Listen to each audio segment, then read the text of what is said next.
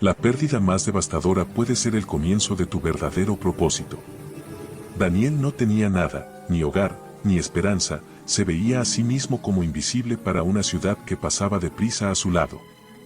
Pero cuando tendió la mano para ayudar a un desconocido que había caído, un solo e inesperado acto de amabilidad entreabrió la puerta a una vida diferente. Esto lo llevó hasta Carmen, una mujer anciana que no le ofreció lástima, sino algo mucho más poderoso, la oportunidad de ser útil.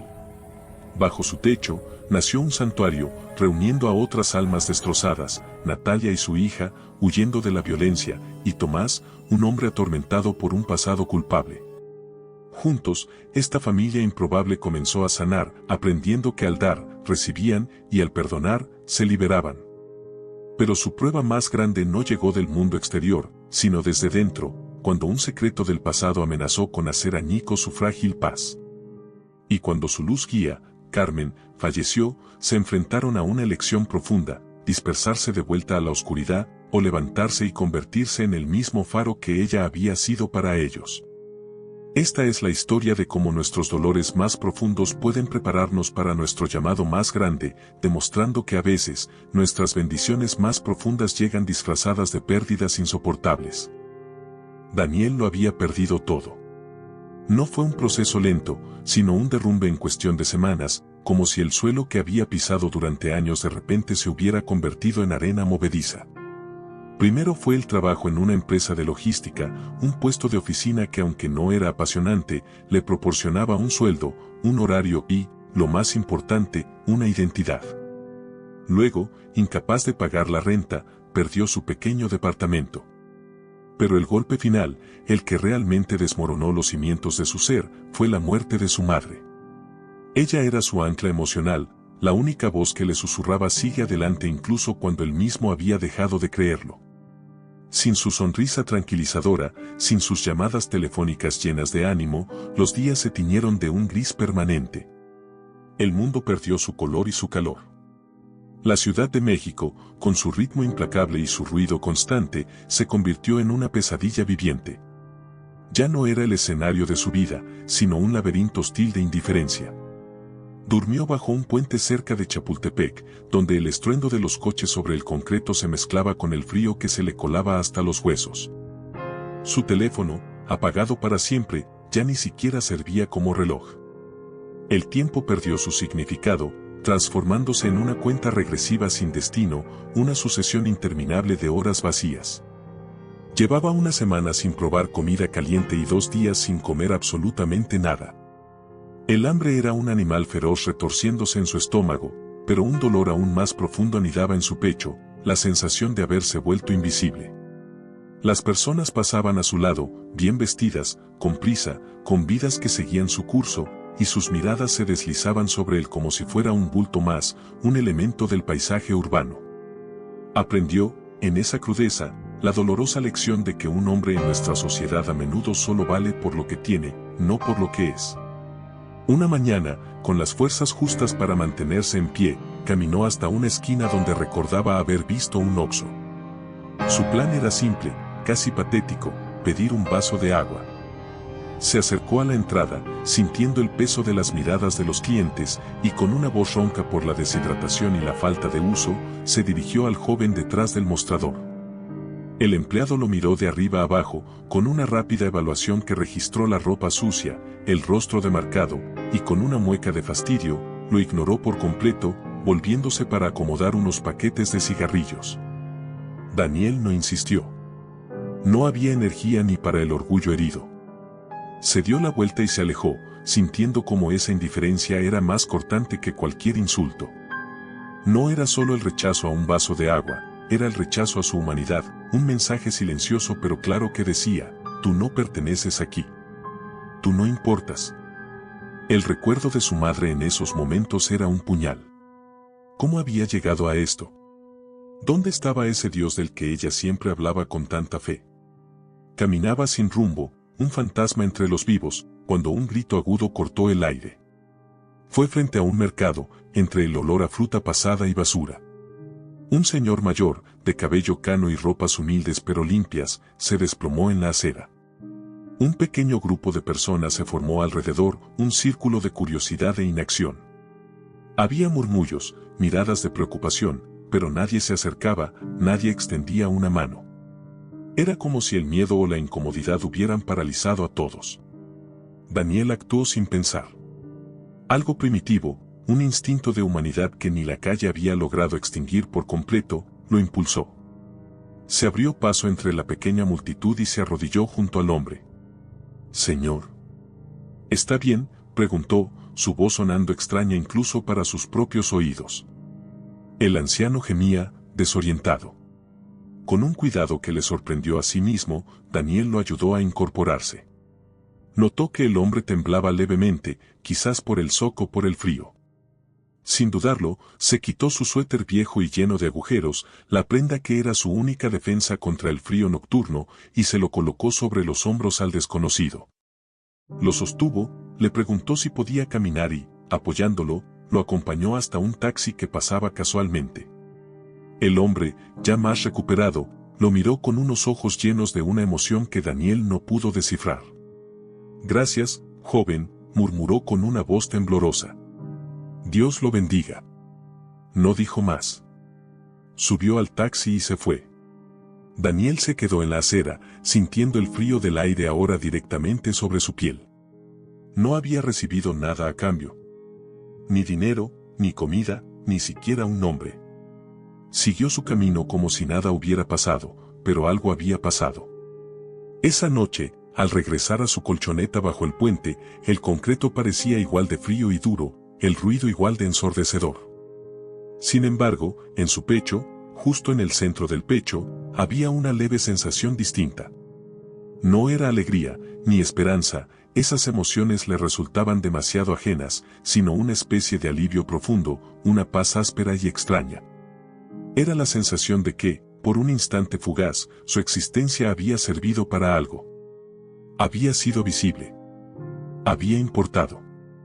Esa fue la primera grieta, minúscula pero crucial, que se abrió en la oscuridad total que lo envolvía.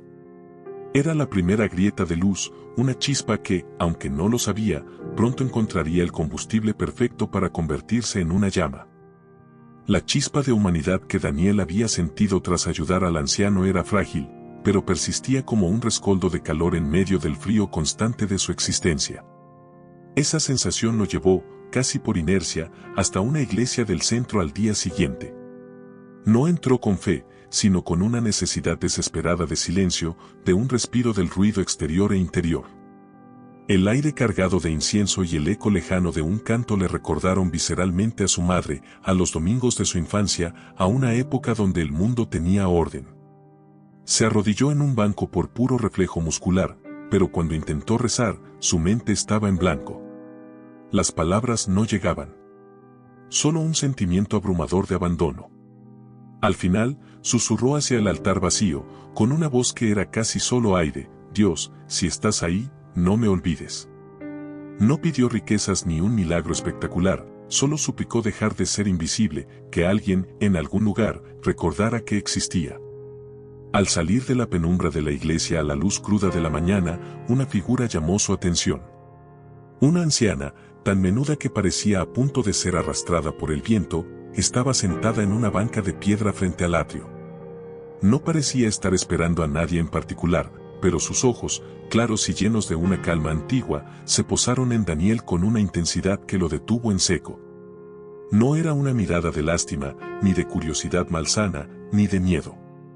Era una mirada que simplemente lo reconocía, que veía a la persona detrás de la ropa sucia y la desesperanza. Sin mediar palabra, la mujer extendió una mano y le ofreció una bolsa de tela. A veces, dijo con una voz suave pero firme, Dios esconde sus respuestas en las personas que parecen más perdidas. La frase le golpeó el pecho con una fuerza inesperada. Daniel, demasiado sorprendido para hablar, tomó la bolsa. Un olor a pan fresco emanaba de ella. Asintió con la cabeza, un gesto torpe de agradecimiento, y la mujer se levantó y se alejó con pasos lentos pero seguros, desapareciendo entre la multitud como un fantasma benévolo. Esa noche, bajo el puente, Daniel no devoró el pan. Lo comió lentamente, saboreando cada miga como si fuera un manjar. Por primera vez en semanas, el sabor en su boca no era amargo. Y por primera vez en aún más tiempo, se durmió sin el fuego de la rabia ardiéndole en el corazón. La combinación de la acción de dar y el simple acto de recibir sin mendigar había abierto una compuerta que creía sellada para siempre. Al día siguiente, impulsado por un impulso que no entendía del todo, decidió caminar más lejos de su territorio habitual de supervivencia. Se encontró en la colonia Roma, un barrio de cafés con terrazas y fachadas elegantes que contrastaban brutalmente con su realidad. Se sentía como un intruso, un espectro observando un mundo que ya no le pertenecía, hasta que el destino, o algo más, intervino otra vez. Un golpe seco y un grito ahogado. Del otro lado de la calle, una mujer mayor tropezaba al bajar las escaleras de un edificio de departamentos. La escena se repitió. Personas pasaban de largo, mirando de reojo con incomodidad. Pero Daniel ya no era el mismo hombre de la semana anterior. Cruzó la calle corriendo, esquivando coches, y se arrodilló a su lado. «Señora, ¿está bien?», preguntó, con una voz que ahora sonaba un poco más firme.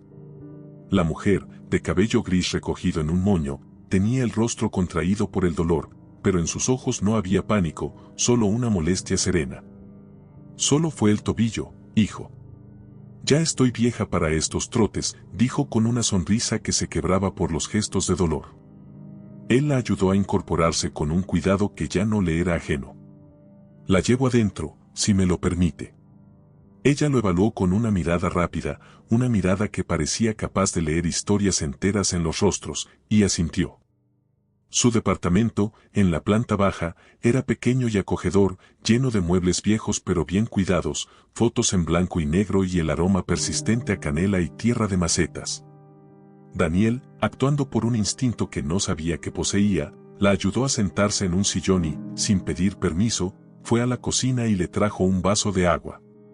Luego, con una delicadeza que le sorprendió, revisó su tobillo. «No está roto, pero debería ponerle hielo», dictaminó. La mujer, que se presentó como Carmen, lo observaba no con desconfianza, sino con una curiosidad profunda. «No tienes cara de enfermero. ¿Cómo te llamas?» «Daniel». «Gracias, Daniel. No todos se detendrían por una vieja torpe como yo». «No es torpeza, fue solo un mal paso», repitió, haciendo eco de sus propias palabras. Cuando Carmen, agradecida, le ofreció algo a cambio, él negó con la cabeza con una firmeza que nació de lo más profundo de su ser. «No necesito nada. Solo me preocupó verla caer». Carmen entrecerró los ojos, esa mirada que parecía ver más allá de las palabras. «¿Dónde vives?». La pregunta directa lo tomó por sorpresa. Dudó, pero la paz que emanaba de aquel lugar y de aquella mujer lo impulsó a ser honesto. «En la calle. Bajo un puente, cerca de Chapultepec». Esperó la lástima, las preguntas incómodas, el juicio. Pero no llegaron.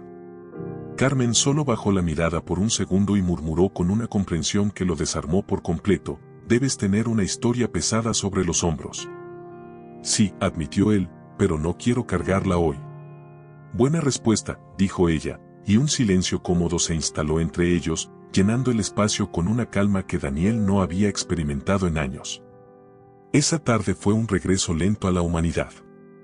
Preparó café bajo las instrucciones de Carmen, lavó unos platos que habían quedado en el fregadero, barrió la entrada. Cada tarea simple, cada gesto doméstico, era un bálsamo para su alma herida. No era solo el techo sobre su cabeza, era la sensación de ser útil, de tener un propósito, por minúsculo que fuera. Al despedirse, Carmen le entregó otra bolsa, esta vez con fruta, más pan y una botella de agua. «Vuelve mañana, si quieres. Podría necesitar ayuda con unas cosas». Hizo una pausa, y sus ojos se llenaron de una sabiduría práctica. «Y no tienes que decirme que no necesitas nada. A veces, recibir también es una forma de agradecer». Daniel solo asintió, con un nudo de emociones en la garganta. Al salir a la calle, el aire le pareció menos pesado. El mundo no había cambiado, pero algo dentro de él, algo fundamental, había comenzado a moverse, a despertar de un letargo profundo. La casa de Carmen ya no era solo un refugio físico, se había convertido, sin que nadie lo planeara, en el santuario donde su alma empezaba a sanar. La paz en la casa de Carmen era un tejido fino, hermoso pero delicado. Se había formado una rutina sagrada, el café de la mañana, los pequeños quehaceres, las charlas tranquilas en el patio. Daniel se sentía parte de algo, y Natalia y Lucía empezaban a respirar sin el peso del miedo en el pecho. Pero la llegada de Tomás introdujo una nueva capa en aquel refugio. Al principio, su presencia fue la de un espectro silencioso, un hombre que cargaba con una culpa tan pesada que casi se podía sentir en el aire. Su oferta de ayuda no era ruidosa, era práctica, humilde. Reparaba lo que se rompía, cargaba las bolsas del mercado, y siempre con esa mirada que parecía pedir permiso para existir en ese espacio de paz. Daniel lo observaba con una cautela que no lograba disimular. La desconfianza era un viejo hábito de la calle, un instinto de supervivencia. Pero incluso él tenía que admitir que los actos de Tomás hablaban más fuerte que cualquier sospecha. No había soberbia en él, solo una humildad profunda y un deseo palpable de redimirse. Natalia, por su parte, mantenía una distancia cortés pero infranqueable. Algo en Tomás, quizá el mismo dolor que ella reconocía, le producía una incomodidad instintiva que no podía explicar. Era como si su espíritu, antes de que su mente lo recordara, ya supiera la verdad. Esa verdad salió a la luz de la manera más brutal y casual. Una tarde, mientras ayudaba a Carmen a limpiar un viejo armario del patio, Natalia encontró una caja de cartón olvidada en el fondo, llena de polvo y recuerdos. Entre papeles amarillentos y fotografías desvaídas, sus dedos tocaron el cuero gastado de una billetera. La abrió por curiosidad y el mundo se detuvo. Allí, dentro de un plástico transparente, estaba una credencial vieja, con una foto de un hombre mucho más joven, pero inconfundible. Y sobre la foto, un nombre. Su apellido completo. Un apellido que estaba grabado a fuego en la memoria de su familia. Un apellido asociado a las pesadillas de su hermana. El corazón le golpeó las costillas con fuerza salvaje.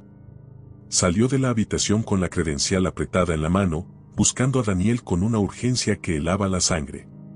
¿Desde cuándo está aquí Tomás?, preguntó, su voz un hilo tenso. Daniel, alarmado por su expresión, respondió con sencillez. Desde hace unos días. ¿Por qué? Necesito que lo llames. Ahora.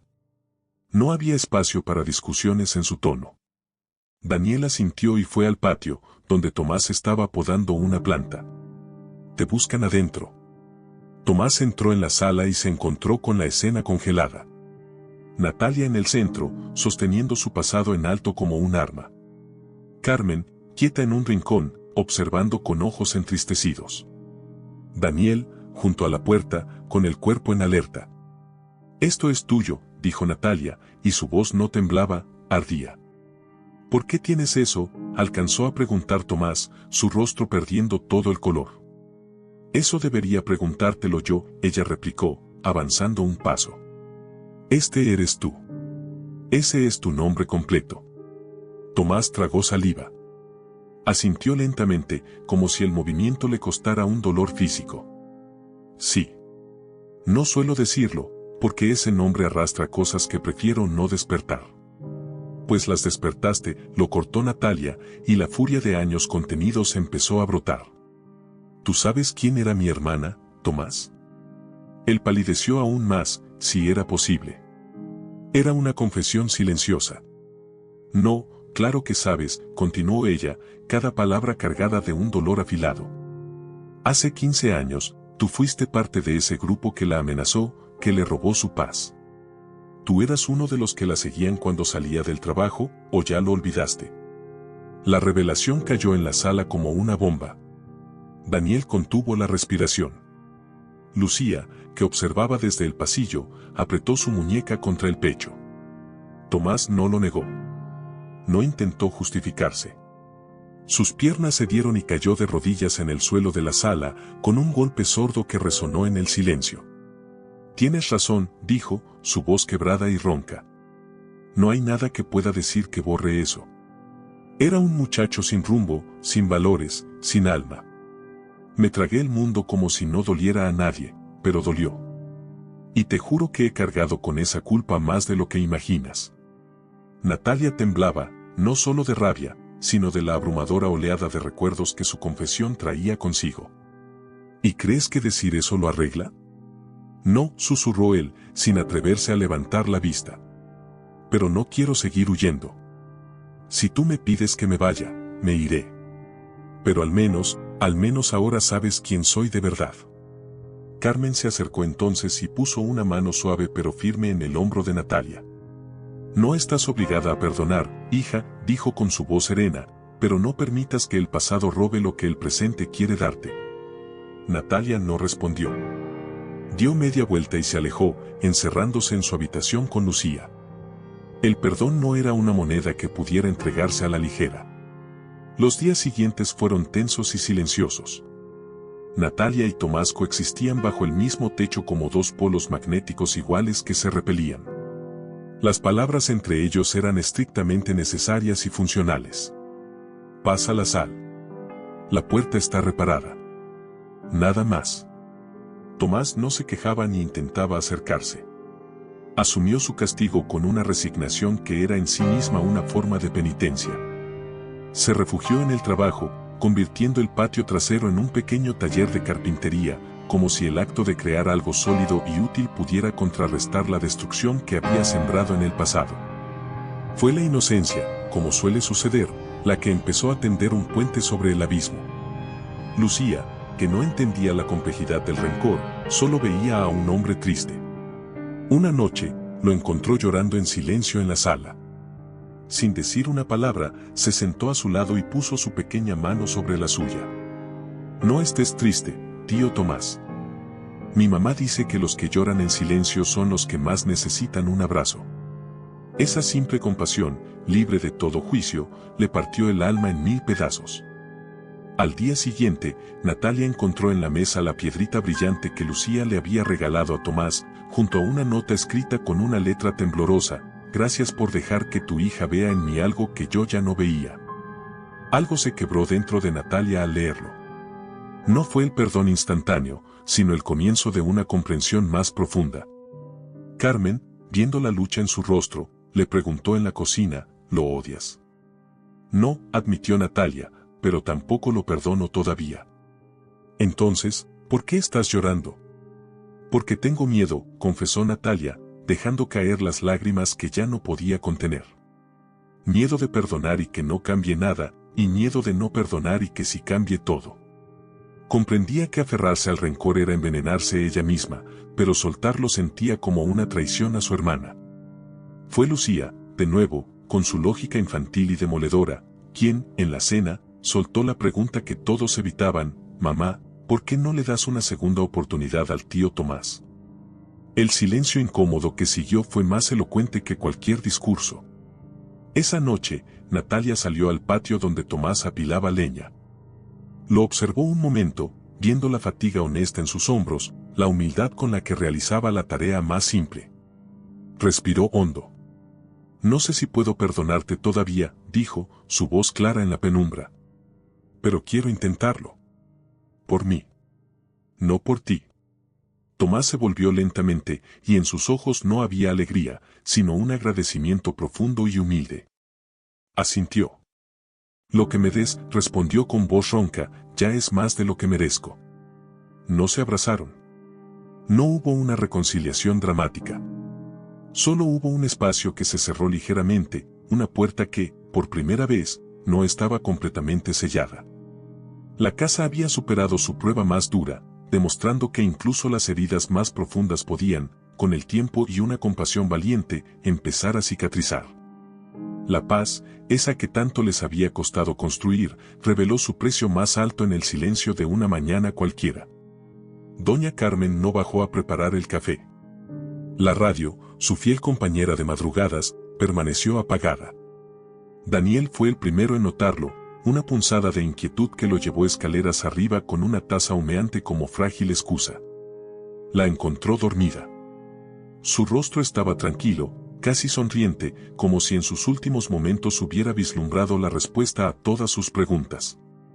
Pero había una quietud demasiado profunda, un vacío en el aire que rodeaba su cuerpo. Daniel se acercó, y al no percibir el suave movimiento de su respiración, el mundo se desvaneció por un instante. La taza se le escapó de las manos y estalló en 1000 pedazos en el piso de madera, un sonido agudo y cruel que anunciaba el fin de una era. El estruendo atrajo a los demás. Subieron corriendo, una estampida de presagios, y al verla, el tiempo se suspendió dentro de ese cuarto. Lucía se aferró al vestido de su madre, enterrando la cara en la tela, sin comprender del todo pero sintiendo el terremoto emocional que sacudía a los adultos. Tomás dio un paso atrás, como si su mera presencia fuera una profanación en ese sagrado momento de partida. Natalia fue la primera en moverse, se arrodilló junto a la cama, tomó la mano aún tibia de Carmen y se la llevó a la frente, conteniendo un gemido. Se fue en paz, murmuró, y esas 3 palabras eran a la vez un consuelo y un dardo envenenado. Daniel no podía apartar la mirada. Se quedó petrificado, los puños apretados con tanta fuerza que las uñas se le clavaron en las palmas.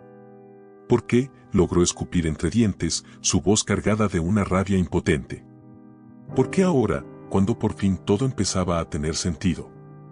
Sentía que el piso se abría bajo sus pies, que la brújula que acababa de encontrar se hacía añicos.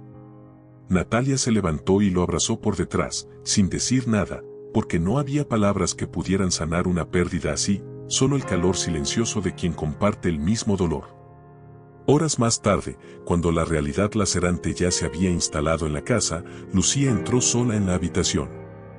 Llevaba en sus manitas un dibujo hecho con crayones de colores vibrantes, un cielo lleno de estrellas sonrientes y una figura con vestido largo, que era Carmen, sosteniendo la mano de una niña palito. Con una solemnidad conmovedora, se acercó a la cama y colocó el papel sobre el pecho inmóvil de su abuela adoptiva. «Aquí está mi cielo con usted», susurró. «Lo dibujé con crayones porque sé que allá arriba también hay colores». Esa inocencia, ese acto de puro amor, fue lo que finalmente quebró a Daniel. Se desplomó en una silla y dejó que el yidó lo atravesara, un llanto convulso y liberador de niño que había perdido a su madre por segunda vez.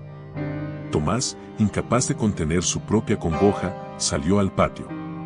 Se arrodilló frente al pequeño altar de piedras que Carmen había construido con sus propias manos años atrás, encendió una vela con manos temblorosas y por primera vez en décadas, oró de verdad. No pidió nada para sí, solo rogó por el descanso del alma de esa mujer que le había ofrecido un hogar a un extraño cargado de culpas. La noche cayó sobre la casa como un manto pesado. En el comedor, el silencio era espeso, roto solo por el sonido metálico de los cubiertos. Nadie tenía hambre, pero la rutina era el último cable a tierra que les quedaba. Fue Daniel quien, con la voz ronca por el llanto, rompió el mutismo con la pregunta que todos evitaban. ¿Y ahora qué? Natalia lo miró, sus ojos también enrojecidos, pero en ellos había empezado a brotar un destello de determinación. Ahora, dijo con una calma que sorprendía, nos toca a nosotros seguir su obra. Carmen no vivía para ella, vivía para dar. Entonces, Lucía, con esa sabiduría que parecía heredada directamente de la anciana, levantó una mano pequeña. ¿Puedo leer algo? Asintieron en un coro mudo. La niña sacó de su bolsillo una hoja de papel doblada y desgastada, un tesoro que Carmen le había confiado en secreto. Con una voz clara que se quebraba solo un poco, leyó: «Si algún día no estoy, no me busquen en la cama ni en el altar. Búsquenme en el pan que comparten, en las manos que ayudan, en las lágrimas que consuelan. Allí estaré. Porque el amor que se siembra no muere, solo cambia de forma». Esas palabras, semillas plantadas por Carmen en el corazón de la más pequeña, cayeron en el fértil suelo de su dolor y germinaron al instante. El silencio que siguió ya no era de desolación, sino de una oración colectiva y de un juramento tácito. La pérdida, la más grande que podían imaginar, se transformó en ese mismo instante en un legado. Carmen se había ido físicamente, sí, pero su esencia, su misión, se había transferido a ellos con una claridad abrumadora. Lo que parecía el final era, en realidad, el verdadero comienzo. Los meses siguientes no fueron fáciles, pero estuvieron llenos de un propósito que daba fuerza. La casa de Carmen, como todos seguían llamándola con cariño, ya no era solo un refugio para ellos, sino que se convirtió en un faro oficial para el barrio. Daniel seguía escribiendo en su cuaderno, pero ahora sus anotaciones eran crónicas de la nueva vida. Hoy Tomás enseñó a un chico del barrio a tallar madera. Le brillaban los ojos. Natalia organizó una cena donde nadie comió solo. Lucía le regaló un dibujo a una señora que llegó llorando. Tomás, el hombre que antes caminaba cabizbajo, ahora saludaba a los vecinos por su nombre. Su taller de carpintería en el patio se volvió un centro de enseñanza, donde no solo se construían muebles, sino que se reconstruían la dignidad y el propósito de jóvenes sin rumbo. Natalia encontró su voz de una manera definitiva. Organizó círculos de lectura y de escucha, entendiendo que el dolor, cuando se comparte, deja de ser una losa y se convierte en una raíz que une. Y en el centro de la sala, enmarcada con simpleza, colgaba la frase escrita por la misma Carmen: a veces las bendiciones llegan disfrazadas de pérdidas. Ya no era solo un consuelo, era su declaración de principios operativa. La bendición disfrazada de la muerte de Carmen había sido la misión eterna de su amor. Un día, sin previo aviso, el timbre sonó. Daniel abrió la puerta y se encontró con una mujer joven, con los ojos hinchados y un niño pequeño dormido en sus brazos. «Estoy sola», dijo, con una crudeza que a Daniel le resultó terriblemente familiar. «No sé a dónde ir». Él no vaciló. No hizo preguntas. Solo abrió la puerta un poco más, un gesto que había aprendido de la mujer que ya no estaba. «Pasa», dijo. Y en ese momento, mientras Natalia corría a preparar una cama, Tomás acercaba una silla y Lucía ofrecía uno de sus dibujos al niño asustado. Supieron con certeza absoluta que Carmen estaba allí, viva en cada uno de sus gestos, respirando en cada acto de bondad. El círculo se cerraba y, al mismo tiempo, se expandía hacia el infinito. La pérdida se había transmutado en propósito, y la casa, ahora eterna, seguía siendo un faro.